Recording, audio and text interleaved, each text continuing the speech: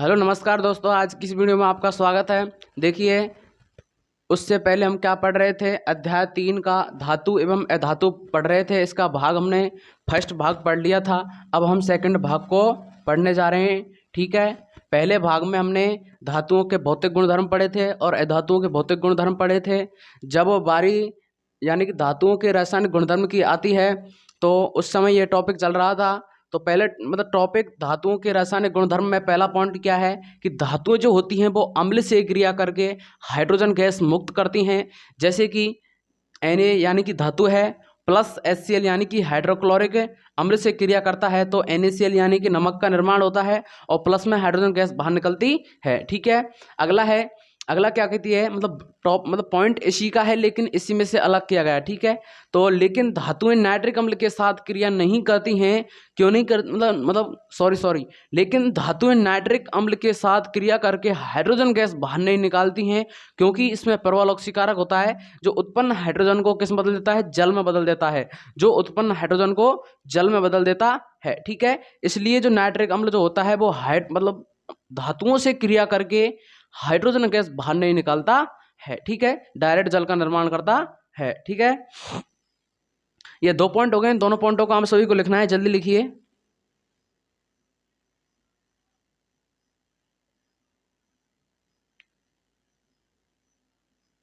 तीसरा पॉइंट क्या कहता है, तो तीसरा पॉइंट कहता है कि धातुएं जल के साथ अभिक्रिया करके धातु ऑक्साइड बनाती हैं। यानी कि धातु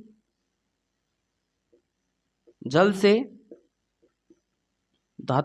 क्रिया करके धातु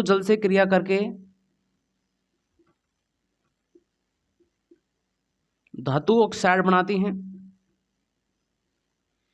धातु ऑक्साइड बनाती हैं,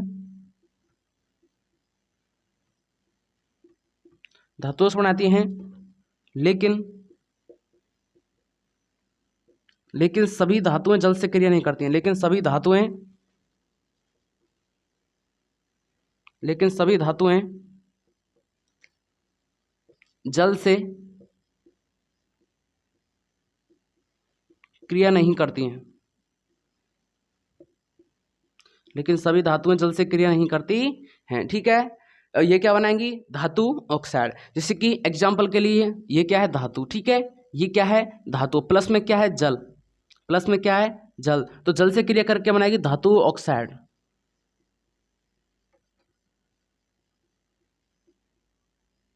ठीक है, इसको लिखना है एग्जाम्पल के तौर पर। ठीक है, तो लिखिए जल्दी इसको।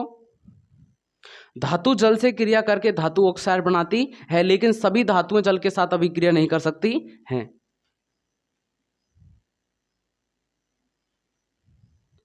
तो आप सभी ने ये लिख लिया होगा, हम आगे चलते हैं। ठीक है, आपको वीडियो को बैक ले लेना है। ठीक है, अगर ज़्यादा आपकी जो लिखने की रफ्तार धीमी है तो आपको वीडियो को बैक ले लेना है। ठीक है,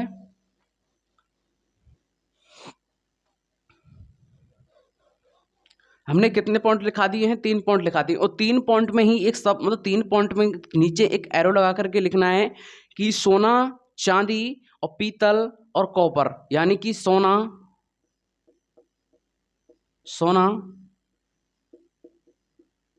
चांदी,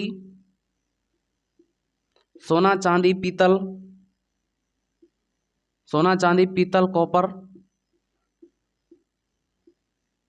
जल से क्रिया नहीं करती, जल से क्रिया नहीं करती हैं।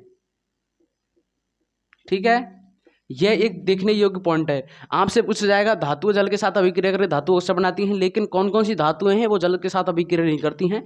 तो आप सभी को यह पॉइंट लिखना है कि सोना, चांदी और पीतल, कॉपर। ठीक है, ये सभी धातुएं जो होती है वो जल के साथ अभिक्रिया नहीं करती हैं। ठीक है, तो हमने 3 पॉइंट पढ़ लिए हैं। अब है चौथा पॉइंट, और चौथा पॉइंट कहता क्या है, तो चौथा पॉइंट कहता है कि सोडियम और पोटेशियम जो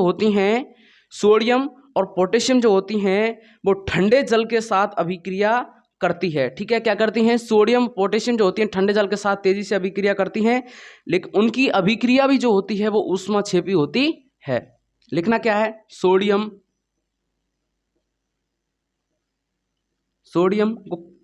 का प्रतीक होता है Na। सोडियम और सोडियम और पोटेशियम, सोडियम और पोटेशियम, सोडियम और पोटेशियम, पोटेशियम का प्रतीक होता है के। सोडियम और पोटेशियम ठंडे जल से, ठंडे जल से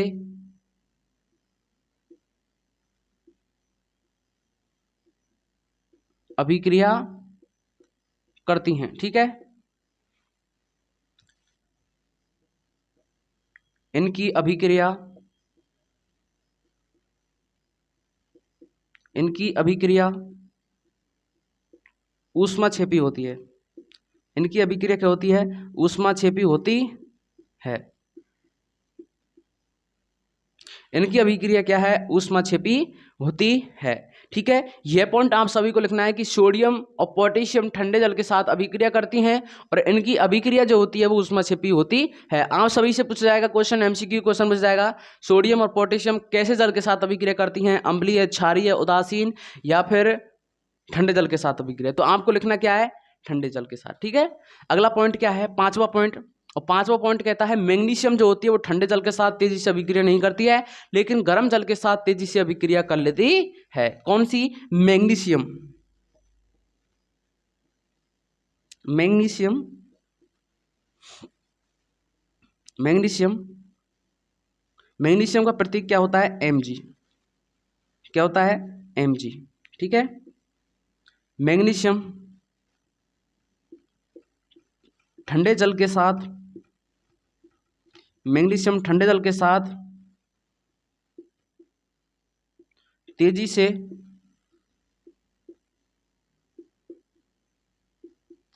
से अभिक्रिया नहीं करते हैं, तेजी से अभिक्रिया नहीं करते हैं, लेकिन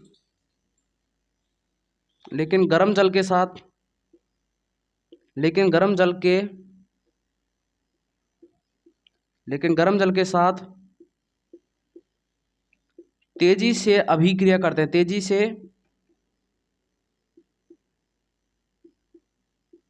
से अभिक्रिया करते हैं, ठीक है। आगे आपकी समझ में क्या है? मैग्नीशियम जो होती है वो ठंडे जल के साथ तेजी से अभिक्रिया नहीं करती है, वो गर्म जल के साथ तेजी से अभिक्रिया कर लेती है। इन पॉइंटों का आप सभी को लिखना है, जल्दी लिखिए। एक और पॉइंट है, छठवां पॉइंट क्या कहता है? और छठवां पॉइंट कहता है कि, छठवां पॉइंट जो कहता है कि धातु की वायु में दहन, यानी धातु का वायु में दहन, धातु का वायु में दहन, ठीक है। धातु का वायु में दहन, ये छठवां पॉइंट क्या कहता है कि धातु का वायु में दहन। तो धातु का वायु में जो दहन होगा वो किस प्रकार होगा? ये क्या है? कॉपर। एग्जाम्पल के लिए जैसे ये क्या है? कॉपर। ये क्या है? और कॉपर की अभिक्रिया किससे कराएंगे हम? ऑक्सीजन यानी कि वायु के साथ, O2, ठीक है। तो क्या बनेगा? CuO। क्या बनेगा? CuO यानी कि कॉपर ऑक्साइड। क्या बनेगा? कॉपर ऑक्साइड, ठीक है। अगला है Mg+O2, ठीक है। अगला क्या है? Mg+O2, इससे अभिक्रिया करता है तो क्या बनेगा? MgO। क्या बनेगा? MgO यानी कि मैग्नीशियम ऑक्साइड, ठीक है। आप सभी को लिखना है जल्दी, इन 6 पॉइंटों को रिवाइज कर लेना है और लिखना है, जल्दी लिखिए।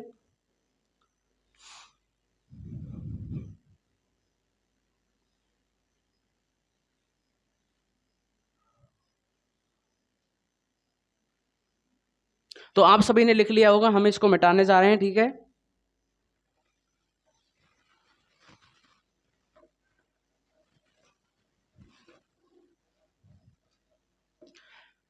अब हम नया टॉपिक स्टार्ट करते हैं, जिसे बोलते हैं उभयधर्मी ऑक्साइड। अगला टॉपिक का नाम क्या है? उभयधर्मी ऑक्साइड। उभयधर्मी ऑक्साइड क्या है? उभयधर्मी ऑक्साइड, ठीक है। और उभयधर्मी ऑक्साइड है क्या?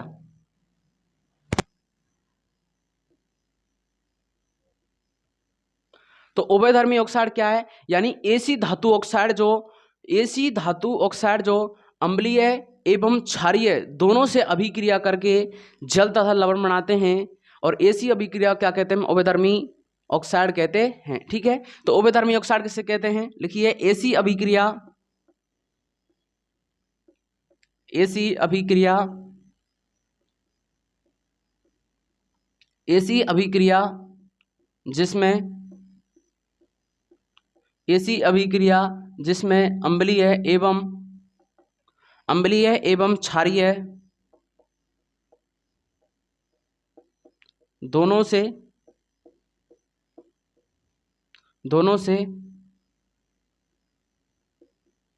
से क्रिया करके जल तथा लवण बनाती है, जल तथा लवण बनाती है, उसे क्या कहते हैं? हम उभयधर्मी ऑक्साइड कहते हैं। क्या कहते हैं? उभयधर्मी ऑक्साइड कहते हैं। ठीक है,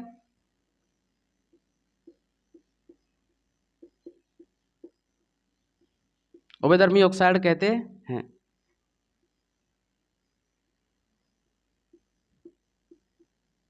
तो आप सभी को यह पॉइंट लिखना है कि ऐसी अभिक्रिया जिसमें अम्लीय एवं क्षारीय दोनों से अभिक्रिया करके या फिर क्रिया करके जल तथा लवण बनाती है, उसे उभयधर्मी ऑक्साइड कहते हैं। एग्जाम्पल के लिए,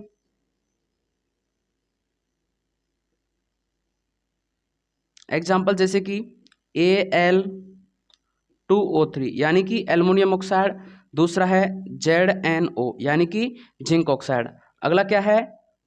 जिंक ऑक्साइड। ठीक है, एल्युमिनियम ऑक्साइड और जिंक ऑक्साइड ये दोनों ही एक ऐसे लवण हैं यानी कि उभयधर्मी ऑक्साइड हैं जो अम्लीय और क्षारीय दोनों के रूप में पाए जाते हैं। यह अम्लीय भी होता है और क्षारीय भी होता है, यह अम्लीय भी होता है और क्षारीय भी हो सकता है। ठीक है, क्षारीय भी होता है। ठीक है, आपको क्वेश्चन में देखने को मिलेगा कि ऐसे दो उभयधर्मी ऑक्साइडों के नाम बताइए जिनमें अम्लीय और क्षारीय दोनों के गुण पाए जाते हैं। तो आपको लिखना क्या है? Al2O3 और ZnO। ठीक है, हम इसको इसकी शॉट ले लेना है या फिर लिख लेना है, हम आगे चलते हैं क्यों इतना टाइम नहीं है।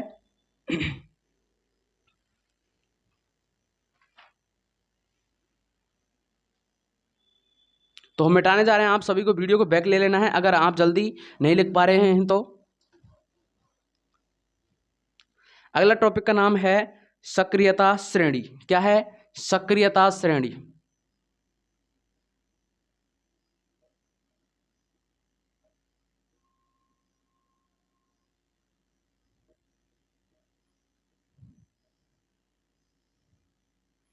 और सक्रियता श्रेणी। ठीक है, और सक्रियता श्रेणी में लिखना क्या है? यानी धातुओं की उनकी क्रियाशीलता के घटते हुए क्रम में व्यवस्थित किया जाता है, तो प्राप्त होने वाली श्रेणी को क्या कहते हैं? सक्रियता श्रेणी कहते हैं। क्या कहते हैं? सक्रियता श्रेणी कहते हैं। ठीक है, ये आपको दिख तो सही रहा होगा। तो सक्रियता श्रेणी क्या है? धातुओं को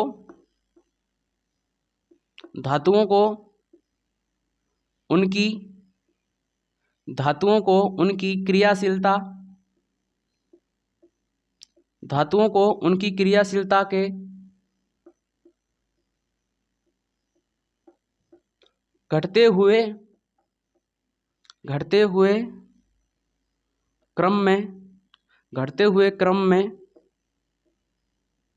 घटते हुए क्रम में व्यवस्थित किया जाता है, घटते हुए क्रम में व्यवस्थित किया जाता है, घटते हुए क्रम में व्यवस्थित किया जाता है। तो प्राप्त होने वाली श्रेणी को क्या है? प्राप्त होने वाली श्रेणी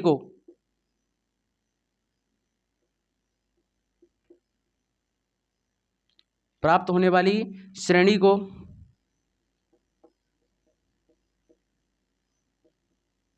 सक्रियता श्रेणी कहते हैं। क्या कहते हैं? सक्रियता श्रेणी कहते हैं। ठीक है,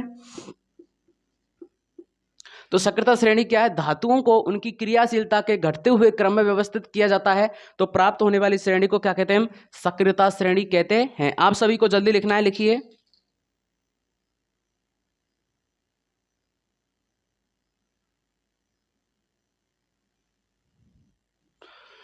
तो इसकी सक्रियता श्रेणी में कुछ तत्व आते हैं। क्या आते हैं? तत्व आते हैं। उन तत्वों का नाम एक ट्रिक वाइज लिखेंगे। क न क मंगल। ट्रिक का नाम क्या है? ट्रिक। मैं नीचे लिख देता हूं ट्रिक।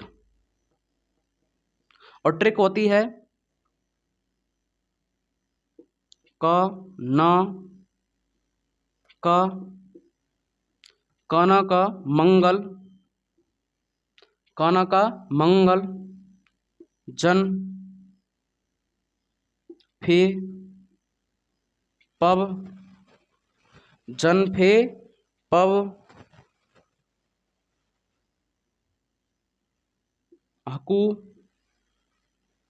हग, हकु हग, ए जी ए यू। ठीक है, ये क्या है? एक ट्रिक। यानी काना का मंगल, जन फे पव, हकु हक, ए जी ए यू। ठीक है, ये क्या है? सक्रियता श्रेणी के जो तत्व आते हैं, धातुएं जो आती हैं, उनकी घटते हुए क्रम का क्या है? ट्रिक है। ठीक है, तो इस ट्रिक में आप सभी को पहले ये लिखना है, इनको लिखिए। मैं उसके बाद यहां पर उन सभी को इस प्रकार व्यवस्थित करूंगा। ठीक है, कि यहीं पर लिख देता हूं, यहीं पर लिख देता हूं। तो देखिए, क न क, काते क्या हो गया? पोटेशियम। काते क्या हो गया? पोटेशियम। क न, नाते क्या हो गया? सोडियम। क न क, काते क्या हो गया? फिर कैल्शियम। ठीक है, क न क मंगल, मंगल ते क्या हो गया? Mg। क्या हो गया? Mg। और अल जो लग रहा है इसमें Al, यानी कि एल्युमिनियम। क्या है? एल्युमिनियम। ठीक है, तो क्या लिखना है? क न क मंगल। ठीक है, तो ये तो जो होते हैं वो कैसे हो गए? सब अधिक क्रियाशील क्या हैं? तत्व हैं। ये क्या हैं? अधिक क्रियाशील तत्व हैं। ठीक है,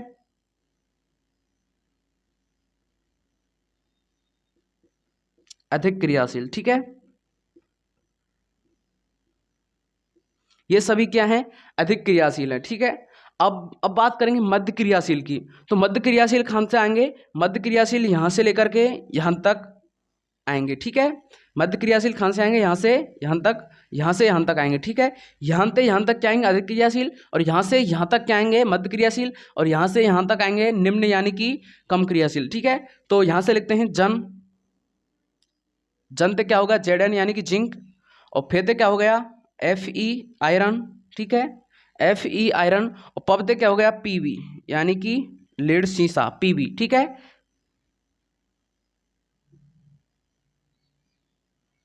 ठीक है, Pb। और हकू का मतलब क्या हो गया? पहले तो हाइड्रोजन आएगा, और कूते क्या हो गया? कॉपर आएगा।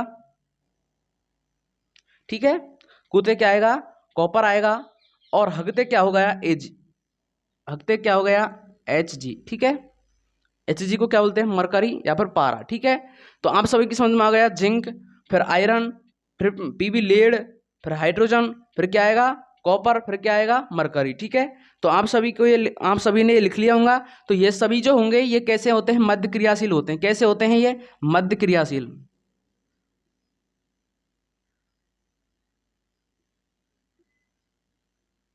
कैसे हैं? मध्य क्रियाशील, मध्य क्रियाशील।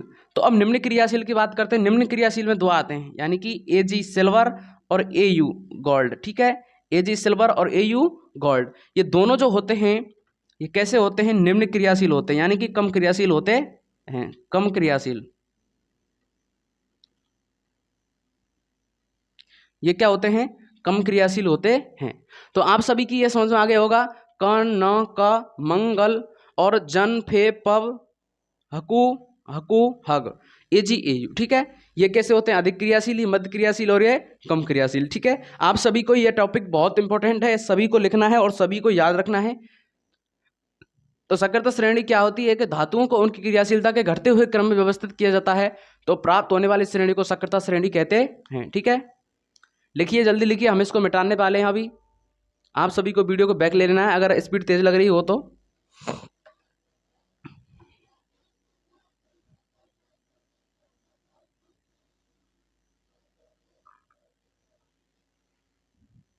तो अब बात करते हैं हम जो सक्रियता श्रेणी के जो ऊपर स्थित जो धातुएं हैं उनकी क्रियाशीलता। तो सक्रियता श्रेणी के ऊपर स्थित धातुओं की क्रियाशीलता, तो एक एरो मतलब ऐसे हेडिंग डालनी है और लिखना है सक्रियता, सक्रियता श्रेणी के, सक्रियता श्रेणी के ऊपर, ऊपर स्थित, ऊपर स्थित, ऊपर स्थित धातुओं की क्रियाशीलता, ऊपर स्थित धातुओं की क्रियाशीलता।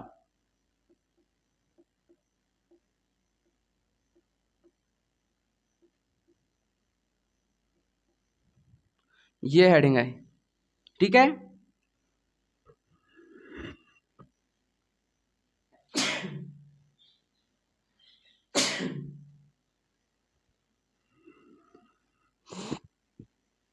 लिखना क्या है, सक्रियता श्रेणी के ऊपर स्थित धातुओं की क्रियाशीलता।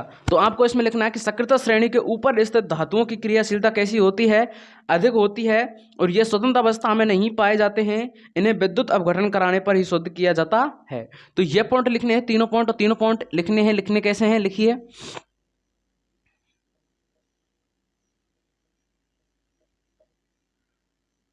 तो सक्रियता श्रेणी के, सक्रियता श्रेणी के, सक्रियता श्रेणी के ऊपर स्थित,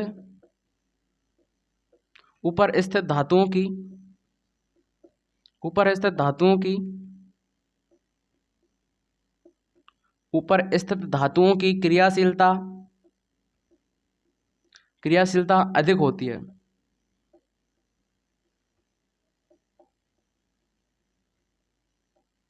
तो सक्रियता श्रेणी के ऊपर स्थित धातुओं की क्रियाशीलता अधिक होती है। यह स्वतंत्र, यह स्वतंत्र अवस्था में नहीं पाए जाते हैं, ये स्वतंत्र अवस्था में नहीं पाए जाते हैं, स्वतंत्र अवस्था में नहीं पाए जाते हैं। इन्हें विद्युत अपघटन करने पर शुद्ध किया जाता है, इन्हें विद्युत अपघटन, इन्हें विद्युत अपघटन कराने पर ही शुद्ध किया जाता है।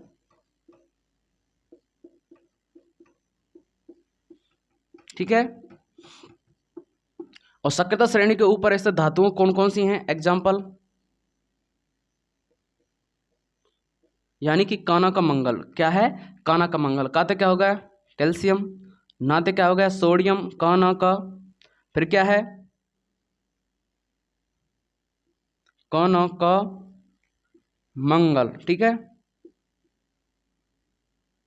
ठीक है। तो आपकी समझ में आ गया है, potassium, sodium, calcium, magnesium, aluminium. ठीक है, ये सभी कैसी हैं, ये सक्रियता श्रेणी के ऊपर स्थित धातु की क्या है, क्रियाशीलता अधिक होती है, स्वतंत्र अवस्था में नहीं पाए जाते हैं, विद्युत अपघटन कराने पर ही शुद्ध किया जा सकता है। ठीक है, आप सभी को जल्दी लिखना है, लिखिए।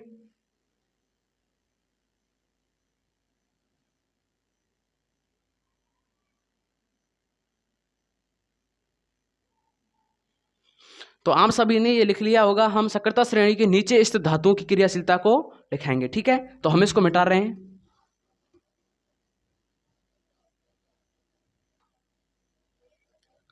आप सभी को अलग से हेडिंग लगानी है, मेरे को तो यहीं पर नीचे लिखना है, मतलब इसी में ऐड कर रहा हूं। ठीक है, तो सक्रियता श्रेणी के नीचे, ठीक है, स्थित धातुओं की क्रियाशीलता, तो क्या होती है, सक्रियता श्रेणी के नीचे स्थित धातुओं की क्रियाशीलता कम होती है, वे स्वतंत्र अवस्था में पाए जाते हैं, उन्हें गर्म करने पर ही शुद्ध किया जा सकता है। जैसे शनिवार पारे का अयस्क होता है, जिसे गर्म करने पर ऑक्साइड में बदल जाता है, ऑक्साइड को और अधिक गर्म करने पर शुद्ध पारे में अपचयित हो जाता है। ठीक है, लिखिए। तो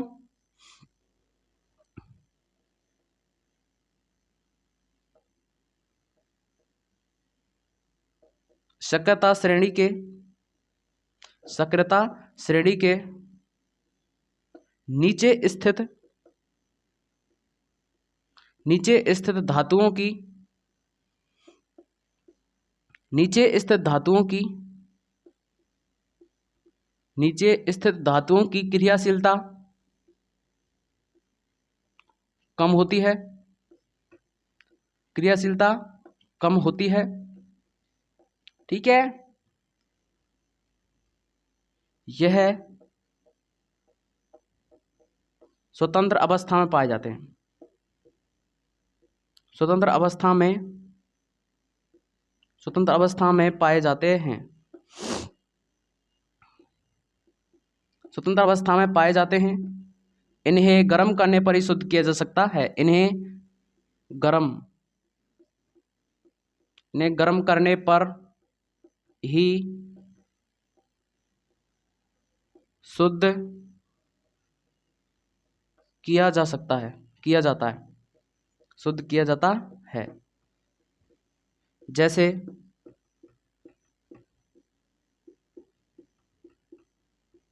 सिनेबार, पारे, और पारे का दूसरा नाम है मरकरी।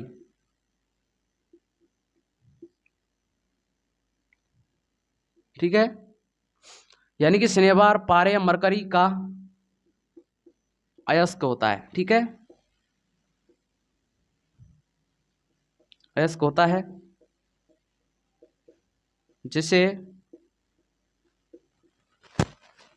जिसे गर्म करने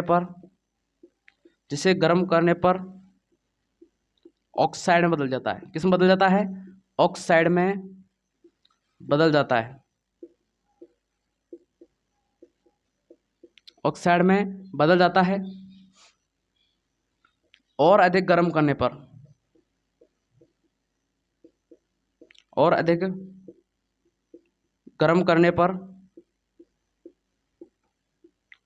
गर्म करने पर शुद्ध पारे में अपचयित हो जाता है। शुद्ध पारे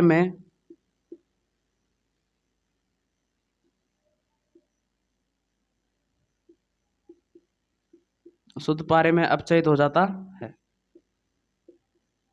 ठीक है, तो आप सभी को पॉइंट लिखना, सकृत श्रेणी के नीचे से धातुओं की क्रियाशीलता कम होती है, वे स्वतंत्र अवस्था में पाए जाते हैं। इन्हें गर्म करने पर ही शुद्ध किया जा सकता है या जाता है। सिनेबार, पारे का अयस्क होता है जिन्हें गर्म करने पर ऑक्साइड में बदल जाता है। ऑक्साइड को और अधिक गर्म करने पर शुद्ध पारे में अपचयित हो जाता है। ठीक है, यानी कि कम क्रियाशील धातुएं कौन कौन सी हैं? एग्जाम्पल, यानी कि AgAu। क्या है? AgAu। ठीक है, सिल्वर और गोल्ड। ठीक है, लिखिए, जल्दी लिखिए। आपको वो भी बताना है, वो सिनेबार, पारे का किस प्रकार हो रहा है। ठीक है, तो आप पहले इसको लिखिए।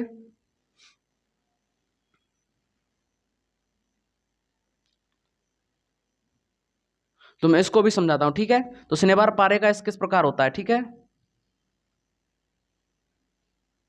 तो लिखना क्या है? लिखिए, HgS प्लस क्या होता है? ऑक्सीजन। ठीक है, इससे क्रिया करता है तो क्या बनती है? HgO प्लस में क्या होती है?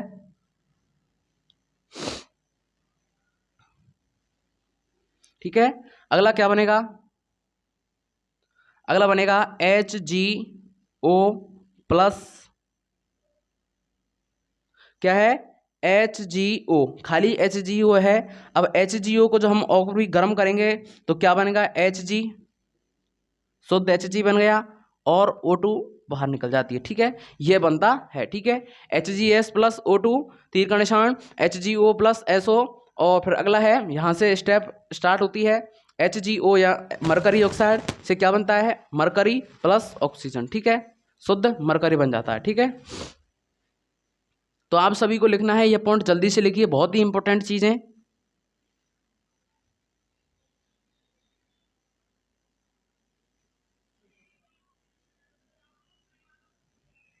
तो आप सभी ने ये लिख लिया होगा, हम इसको मिटा रहे हैं।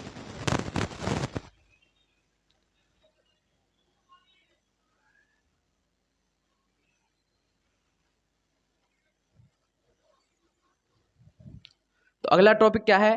धातु की धातु लवणों के साथ अभिक्रिया। तो अगला टॉपिक है हमारा धातु की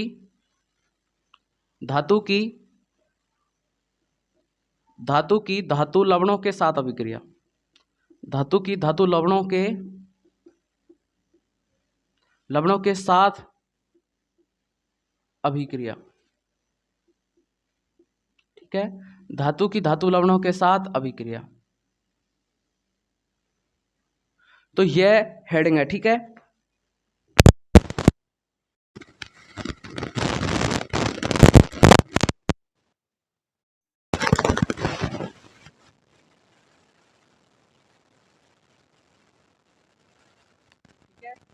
चाहोगे धातु की धातु लवणों के साथ अभिक्रिया।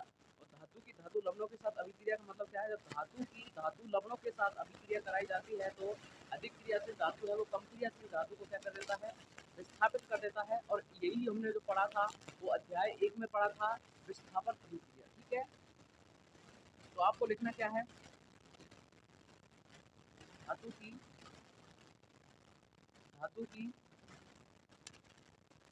धातु लवणों के साथ धातु की धातु लवणों के साथ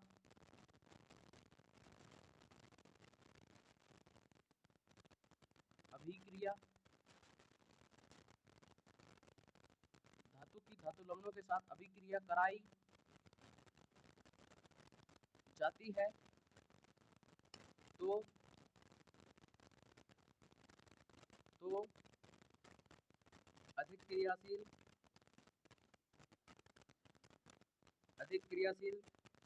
है तो अधिक क्रियाशील धातु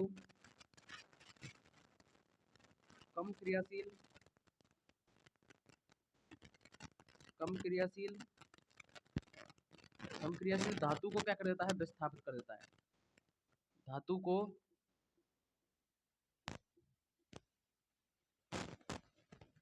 विस्थापित कर देता है। ठीक है,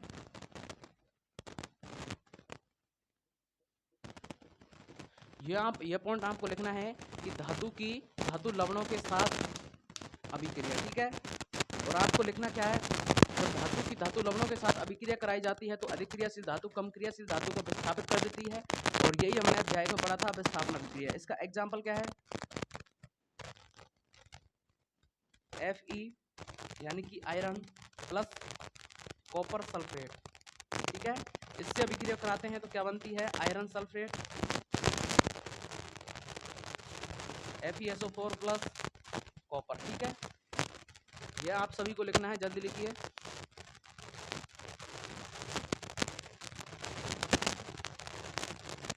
तो आइए, आपने लिख लिया होगा, जल्दी एक बार और, एक समय का मिनटों मिलता है, थोड़ा सा मिल जाता है, सभी लिखिए जल्दी।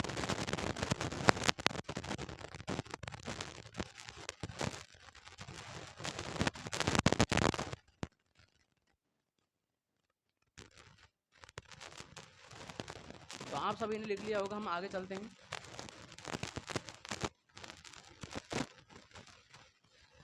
अगली हेडिंग क्या है, और वो अगली हेडिंग यह है कि धातु की अधातु के साथ अभिक्रिया। ठीक है,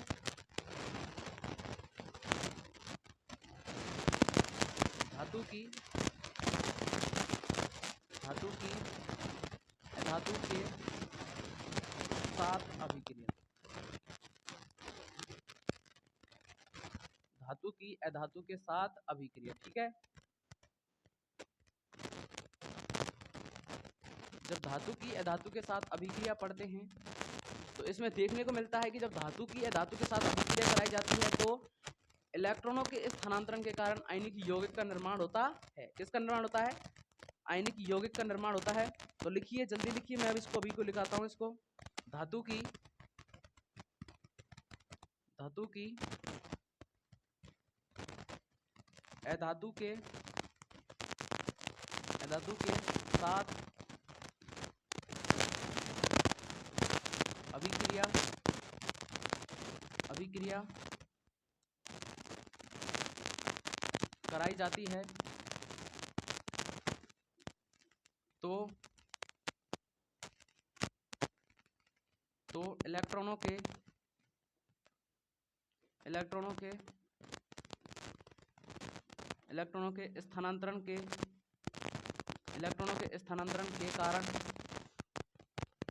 इलेक्ट्रॉनों के स्थानांतरण के कारण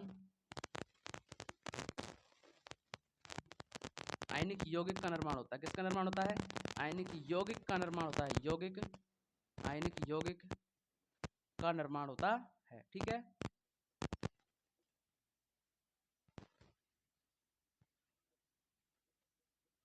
जल्दी आपको यही पॉइंट लिखना क्या है कि धातु की अधातु के साथ अभिक्रिया कराई जाती है तो इलेक्ट्रॉनों के स्थानांतरण के कारण आयनिक यौगिक का निर्माण होता है।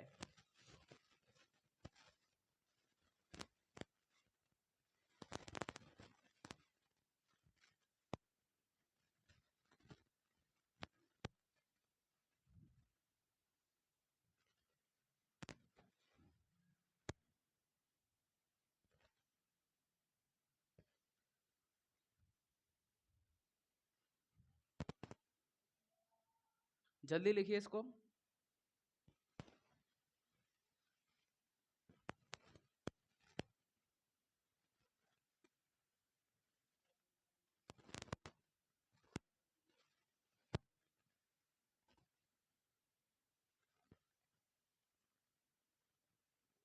तो आप सभी ने लिख लिया होगा, हम आगे टॉपिक को स्टार्ट करते हैं। हमारा अगला टॉपिक है आयनिक यौगिक। अगला हमारा टॉपिक क्या है? आयनिक यौगिक। क्या है? आयनिक यौगिक। और आयनिक यौगिक क्या है? ठीक है, तो आयनिक यौगिक हमने अभी पढ़ा था कि धातु की अधातु के साथ अभिक्रिया कराई जाती है तो इलेक्ट्रॉनों के स्थानांतरण के कारण आयनिक यौगिक का निर्माण होता है। तो हम लिखेंगे क्या कि धातु से अधातु में, यानी धातु से अधातु में इलेक्ट्रॉनों के स्थानांतरण के कारण बनी हुई यौगिक को हम क्या कहते हैं? आयनिक यौगिक कहते हैं। यानी धातु से अधातु में क्या जा रहे हैं? इलेक्ट्रॉन जा रहे हैं। क्या जा रहे हैं? इलेक्ट्रॉन जा रहे हैं। क्या जा रहे हैं? इलेक्ट्रॉन जा रहे हैं। तो इलेक्ट्रॉनों के स्थानांतरण के कारण जो यौगिक बनता है उसी यौगिक को क्या बोलते हैं? हम आयनिक यौगिक कहते हैं। ठीक है, डेफिनेशन बिल्कुल आसान है। क्या लिखनी है कि धातु से अधातु में, यानी कि धातु से अधातु में, ठीक है, धातु से अधातु में इलेक्ट्रॉनों के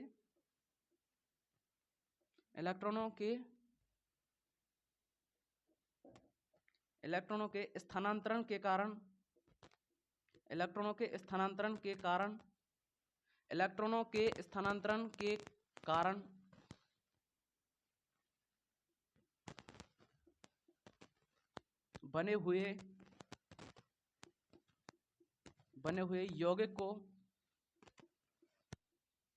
बने हुए यौगिक को आयनिक यौगिक कहते हैं। आयनिक यौगिक कहते हैं। ठीक है, आप दोबारा से रिवाइज करना है कि आयनिक यौगिक क्या है कि धातु से अधातु में इलेक्ट्रॉनों के स्थानांतरण के कारण बने हुए यौगिक को क्या कहते हैं? हम आयनिक यौगिक कहते हैं। ठीक है, और आयनिक यौगिक के अब क्या पढ़ेंगे? हम गुणधर्म पढ़ेंगे। पहले इस डेफिनेशन को जल्दी से लिखना है, फिर यहाँ पर हम हेडिंग डालेंगे आयनिक यौगिक के गुणधर्म, और फिर ये सभी पॉइंटों को इसके नीचे लिख देंगे। ठीक है, तो आपको क्या लिखना है? आयनिक यौगिक। और आयनिक यौगिक होता क्या है कि धातु से अधातु में इलेक्ट्रॉनों के स्थानांतरण के कारण बने हुए यौगिक को आयनिक यौगिक कहते हैं। आप सभी ने लिख लिया होगा, हम इसको मिटाने जा रहे हैं। ठीक है, तो हमारा अगला टॉपिक है आयनिक यौगिक के गुणधर्म।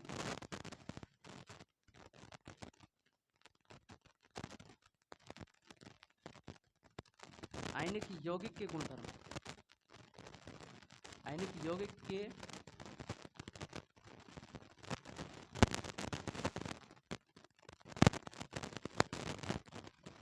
और आयनिक यौगिक के गुणधर्म में पहला है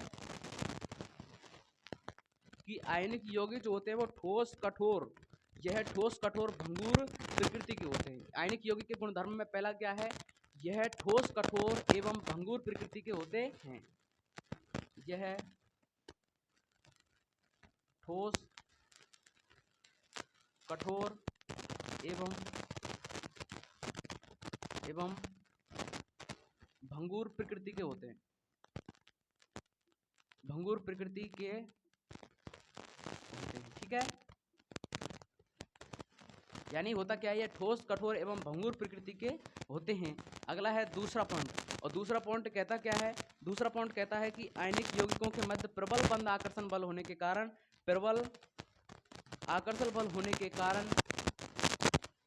इनके गलनांक क्योथांक क्या होते हैं? उच्च होते हैं। ठीक है, तो आपको लिखना क्या है कि आयनिक यौगिकों में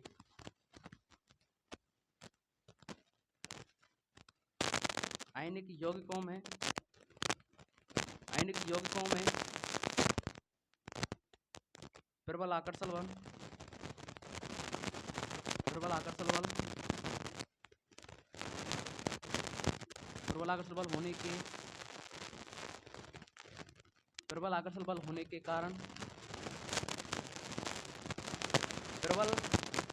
बल होने के कारण इनके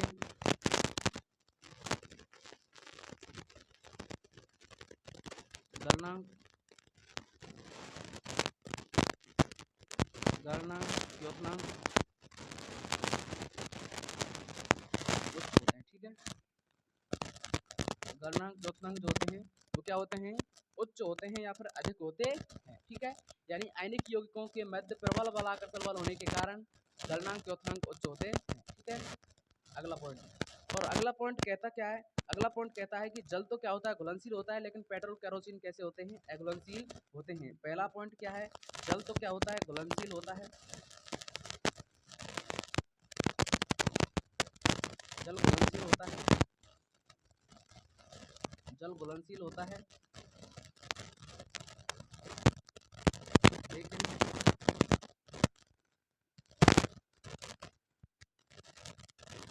petrol petrol kerosene petrol kerosene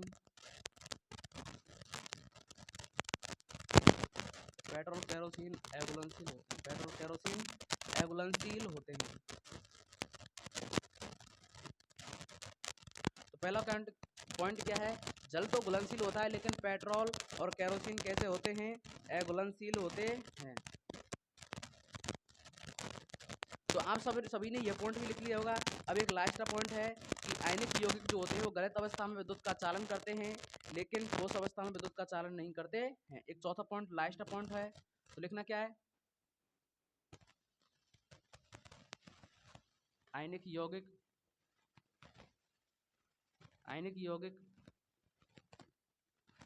गलत अवस्था में आयनिक योग गलत अवस्था में विद्युत का चालन करते हैं,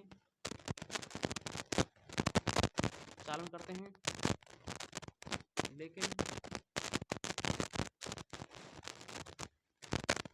ठोस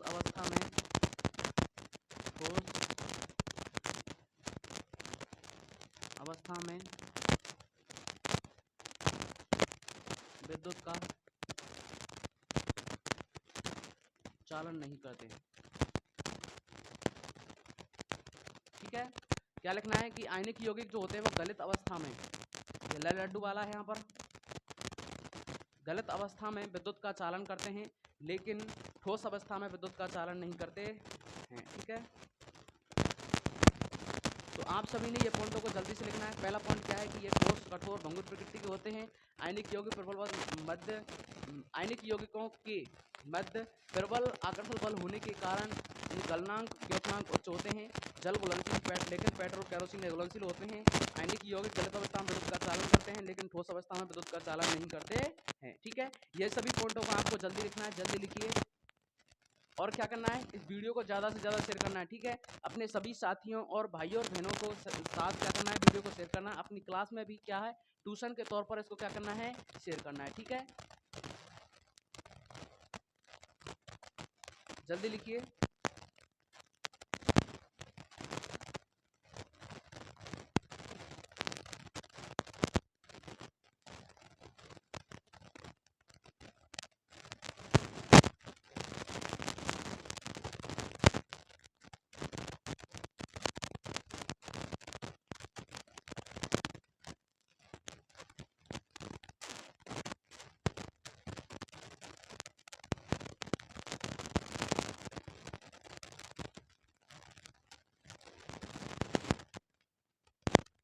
तो आप सभी ने ये लिख लिया होगा। हम आगे चलते हैं अगले टॉपिक की ओर।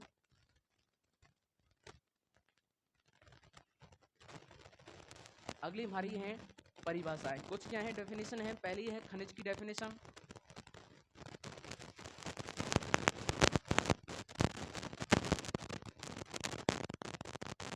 पहली डेफिनेशन किसकी है, खनिज की। और खनिज क्या है, खनिज होता है पृथ्वी की भूपर पट्टी में प्राकृतिक रूप से पाए जाने वाले तत्व यौगिकों को क्या कहते हैं, खनिज कहते हैं। ठीक है, क्या कहते हैं, खनिज कहते हैं। जैसे आपने देखा होगा, कभी लोचुम्बक देखा होगा, लोचुम्बक को लेकर के आप क्या करते हैं, इधर उधर मिट्टी में मिलाते हैं, तो उसमें क्या आ जाता है, थोड़े कीले या फिर लोहे के कणे आकर चिपक जाते हैं, उन्हें क्या है, वो अयस्क होते हैं। क्या होते हैं, अयस्क होते हैं। तो आपको लिखना क्या है, पृथ्वी की भूपर ऊपर पट्टी में, पृथ्वी की ऊपर पट्टी में प्राकृतिक रूप से, यानी कि पृथ्वी की ऊपर पट्टी में प्राकृतिक रूप से पाए जाने वाले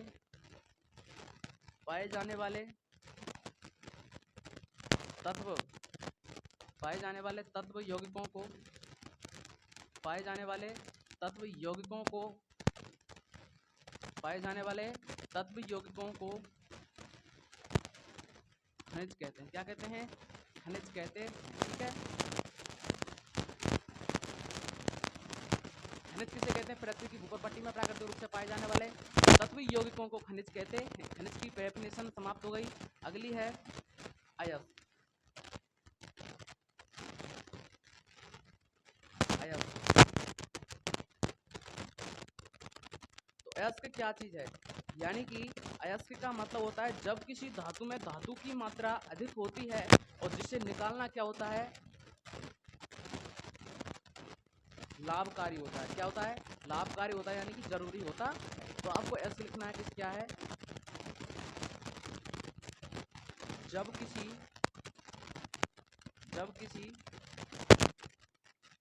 किसी धातु में धातु की मात्रा, जब किसी धातु में धातु की मात्रा अधिक होती है, जिसे निकालना लाभकारी होता है।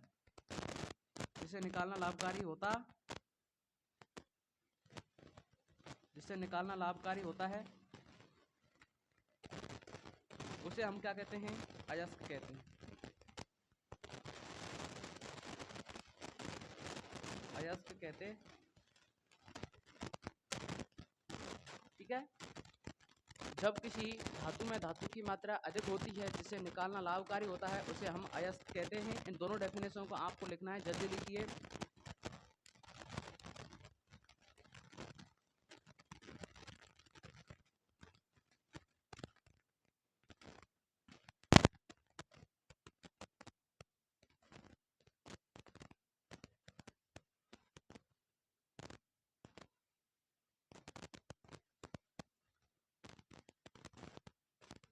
तो आप सभी ने ये लिख लिए होंगे। हम आगे अपने टॉपिक की ओर चलते हैं।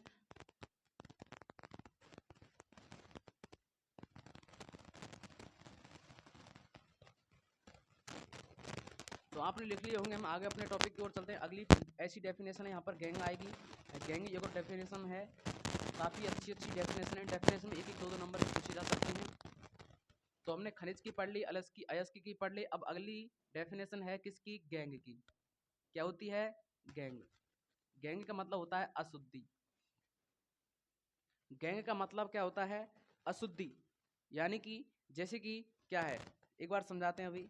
यानी कि पृथ्वी से खनित अयस्कों में मिट्टी, रेत आदि जैसी अशुद्धियां पाई जाती हैं, उन्हें ही हम क्या कहते हैं? गैंग कहते हैं।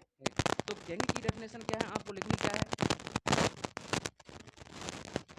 पृथ्वी से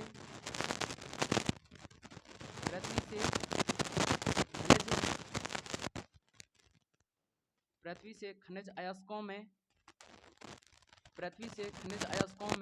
रेत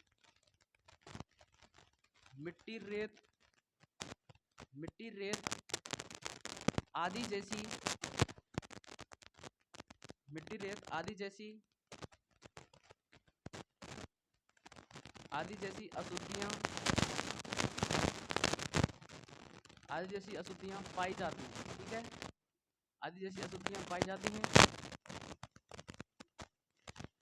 उसे गैंग कहते हैं। क्या कहते हैं?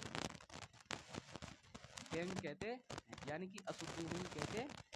क्या लिखना? पृथ्वी से खनित अयस्कों में मिट्टी, रेत आदि जैसी अशुद्धियां पाई जाती हैं, उन्हें हम गैंग कहते हैं। ठीक है, मैं इसमें इंक डाल लेता हूं। आप जब तक इस डेफिनेशन को लिखिए।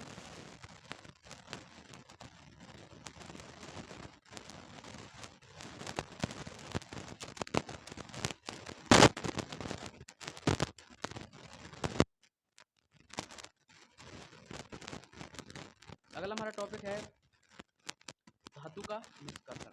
अगला क्या है? धातु का निष्कर्षण।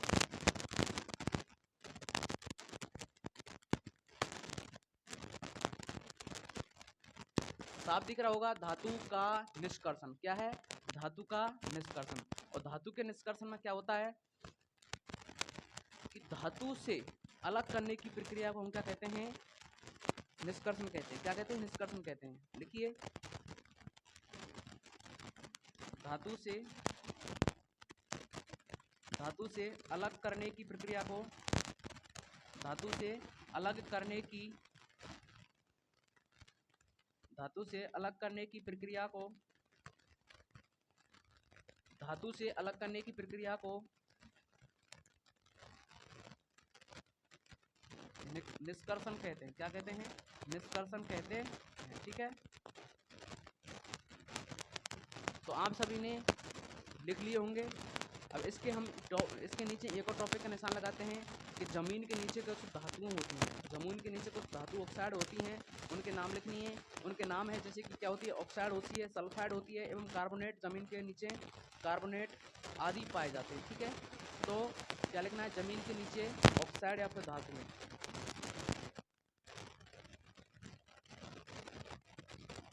जमीन के नीचे धातु या फिर ऑक्साइड। ठीक है, क्या है कि जमीन के नीचे ऑक्साइड, जमीन के नीचे ऑक्साइड कौन पाई जाती है? ऑक्साइड पाई जाती है और सल्फाइड पाई जाती है एवं क्या पाई जाती है? कार्बोनेट। कार्बोनेट के रूप में पाए जाते हैं। ठीक है, तो आपकी समझ में आ गया जमीन के नीचे कौन कौन सी धातु ऑक्साइड पाई जाती हैं। ऑक्साइड, सल्फाइड एवं कार्बोनेट के रूप में पाए जाते हैं। इन टॉपिकों को आपको जल्दी से लिखना है। लिखिए,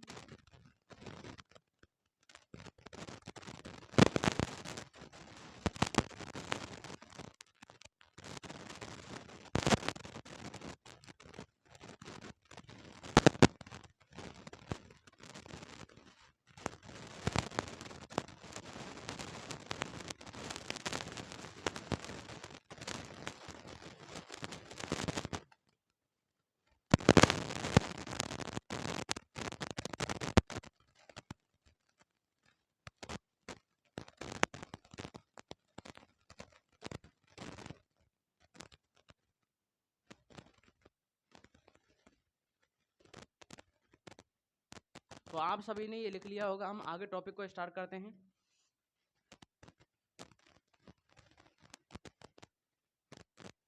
आगे हमारा टॉपिक है थर्मेट अभिक्रिया। आगे हमारा टॉपिक क्या है? थर्मेट अभिक्रिया। क्या है? थर्मेट अभिक्रिया। आपने देखा होगा थर्मेट अभिक्रिया का उपयोग हम क्या करते हैं? वेल्डिंग करने में। किसमें करते हैं? बिल्डिंग करने में। आप जानते होंगे जब कोई लोहे का पुर्जा टूट जाता है तो उसको जोड़ने का कार्य किसके द्वारा किया जाता है? थर्मेट अभिक्रिया द्वारा। ठीक है, तो थर्मेट अभिक्रिया होती क्या है? तो एक बार सुन लीजिए, फिर इसको बोर्ड पर लिखा देंगे। थर्मेट अभिक्रिया होती है कि जब लोहे की ऑक्साइड को एल्युमिनियम के साथ अभिक्रिया कराई जाती है तो धातु गलित अवस्था में प्राप्त होती है एवं अत्यधिक मात्रा में ऊष्मा बाहर निकलती है। ठीक है, तो आपको लिखना क्या है? जब जब जब लोहे की जब लोहे की जब लोहे की ऑक्साइड जब लोहे की ऑक्साइड की अभिक्रिया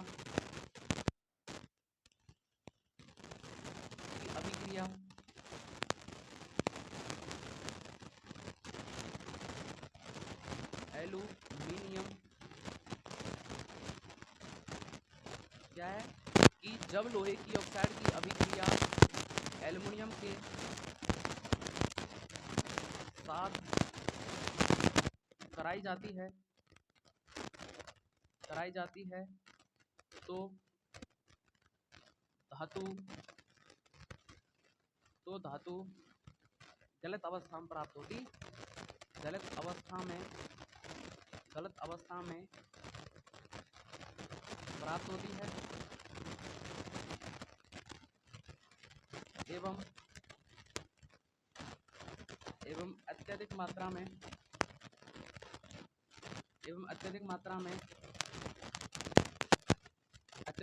ऊष्मा बाहर निकलती,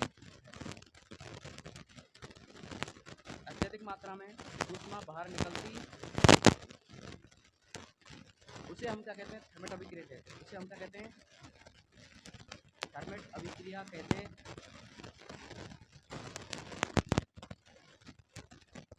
ठीक है, थर्मेट अभिक्रिया क्या है? जब लोहे की ऑक्साइड की अभिक्रिया एल्युमिनियम के साथ कराई जाती है तो धातु गलित अवस्था में प्राप्त होती है एवं अत्यधिक मात्रा में ऊष्मा बाहर निकलती है, इसे थर्मेट अभिक्रिया कहते हैं।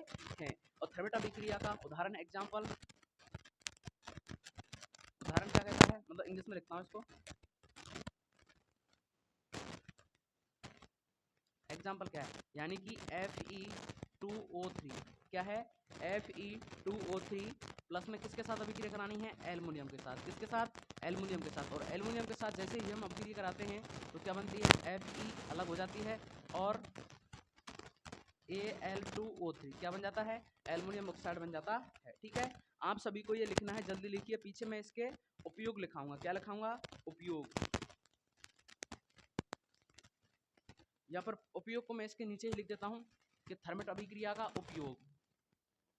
तो थर्मेट अभिक्रिया का उपयोग तो आप सभी जानते होंगे, रेल की पटरियों को जोड़ने में। किसमें? रेल की पटरियों को जोड़ने में। ठीक है, या फिर मशीनों के पुर्जों को जोड़ने में। पहला पॉइंट क्या है?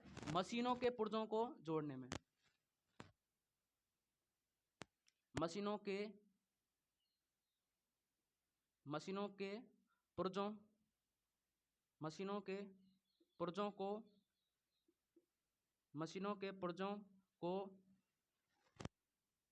जोड़ने में। मशीनों के पुर्जों को जोड़ने में।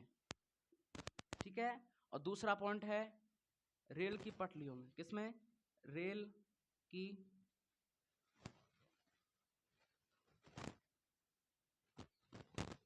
पटरियों में। आपने देखा होगा जब मशीनों के पुर्जों को हम जोड़ते हैं, टूट जाते हैं, तो उसकी क्या करते हैं? बेल्डिंग। और बेल्डिंग को क्या बोलते हैं? थर्मेट अभिक्रिया। ठीक है, तो मशीनों के पुर्जों को जोड़ने में और रेल की पटरियों में किया जाता है। रेल की पटरियों को भी जोड़ने में इसका उपयोग किया जाता है थर्मेट अभिक्रिया का। थर्मेट अभिक्रिया होती क्या है? जब लोहे की ऑक्साइड की अभिक्रिया एल्युमिनियम के साथ कराई जाती है तो धातु गलित अवस्था में प्राप्त होती है एवं अत्यधिक मात्रा में ऊष्मा बाहर निकलती है, इसे थर्मेट अभिक्रिया कहते हैं। Example Fe2O3 plus Al। ठीक है, Al को बोलते हैं एल्युमिनियम और Fe यानी कि आयरन अलग हो गया, प्लस में Al2O3 बन जाता है। अब इसके उपयोग की बात करते हैं तो उपयोग, पहला उपयोग है मशीनों के पुर्जों को जोड़ने में और दूसरा उपयोग है रेल की पटरियों में। ठीक है, ये इसके उपयोग हैं, आप सभी को जल्दी से लिखना है।